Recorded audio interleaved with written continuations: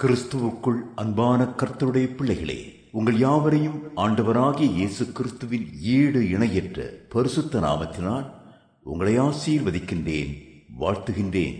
கர்த்தர் தாமே தம்முடைய பரிபூர்ண நன்மைகளினால் உங்களை நிரப்பி பரத்திலிருந்து உங்களுக்கு அருளச் செய்து நீங்கள் யாவரும் இம்மையில் சுகித்திருக்கவும் மறுமையிலே நித்திய வாழ்வை சுதந்திரித்துக் கொள்ள உங்களுக்கு அனுகிரகம் செய்வாராக.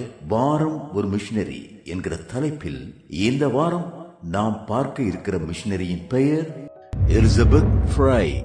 இவருடைய காலம் 1780 முதல் 1845 முடிய. இவருடைய நாடு இங்கிலாந்து.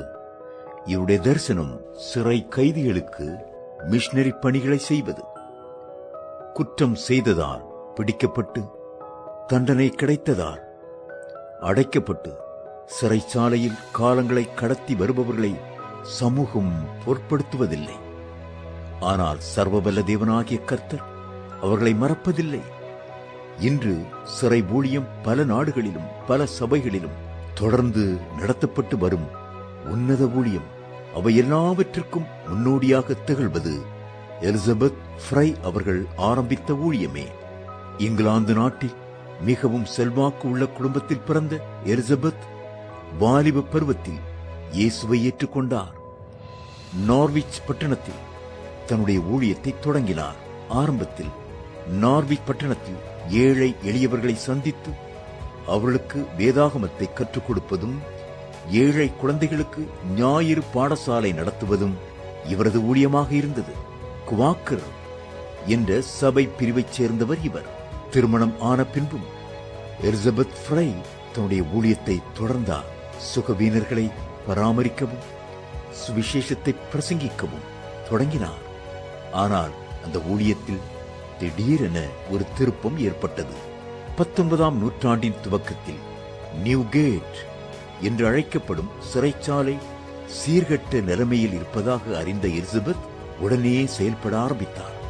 100க்கும் மேற்பட்ட பெண் கைதிகள் மிகச்சிறிய அறையில் அடைக்கப்பட்டிருந்தனர். எவ்வித சுகாதாரமும் இல்லாமல் அழுக்கிலும் பயங்கரமான குளிரிலும் அவர்கள் வாடிக்கொண்டிருப்பதை கண்டவுடன் எலிசபெத் நகரத்தின் மேல் அதிகாரிகளை தொடர்பு கொண்டார். அதுவரை கைதிகளை பற்றிய அக்கறை யாருக்குமே இல்லை. நாளடைவில் எலிசபெத்தின் கோரிக்கைகள் கேட்கப்பட்டது. சிறைச்சாலையின் நிலைமைகள் மாறுதல்கள் ஏற்படத் தொடங்கின. ஒவ்வொரு நாள் காலையிலும் மாலையிலும் குறித்த நேரத்தில் ஜெபமும் வேத வாசிப்பும் நடத்தப்பட்டது. தையர் கல்வியும் கற்றுக் கொடுக்கப்பட்டது. இதுவரை வாழ்வை விரக்தியுடன் கழித்த கைதிகள் தையர் தொழிலில் ஆர்வமுடன் ஈடுபட்டனர். அதில் கிடைத்த வருமானம் அவர்களை நேர்மையுடனும் சுயமரியாதையுடனும் நடக்க உதவியது. எலிசபெத் செய்த மற்றொரு முக்கிய சீர்திருத்தம் உண்டு. அந்நாட்களில் லண்டன் நகரில் இருந்து கைதிகளை கப்பலில் ஏற்றி வெகு தூரத்தில் ஆஸ்திரேலியா நாட்டில் உள்ள சிறைகளுக்கு கொண்டு போய் விடுவது வழக்கமாயிருந்தது. அப்படி கொண்டு போகும்போது பெண் கைதிகளை அதிகாரிகள் மிகவும் ஈனமாக நடத்தினார்கள். நீண்ட கடல் யாத்திரையின் போது கூட கைதிகளின் கை விலங்குகளை கழற்றுவதில்லை. நோய் உள்ளவர்களுக்கு எந்த ஒரு மருத்துவ சிகிச்சைகளும் அளிக்கவில்லை. ஆஸ்திரேலியாவை அடைந்த பின்பு கைதிகள் அடிமைகளாகவே வாழ்ந்தனர். இவைகளை அறிந்த எலிசபெத் ஃப்ரை அவர்கள் அரசாங்க அதிகாரிகளிடம் முறையிட ஆரம்பித்தார்.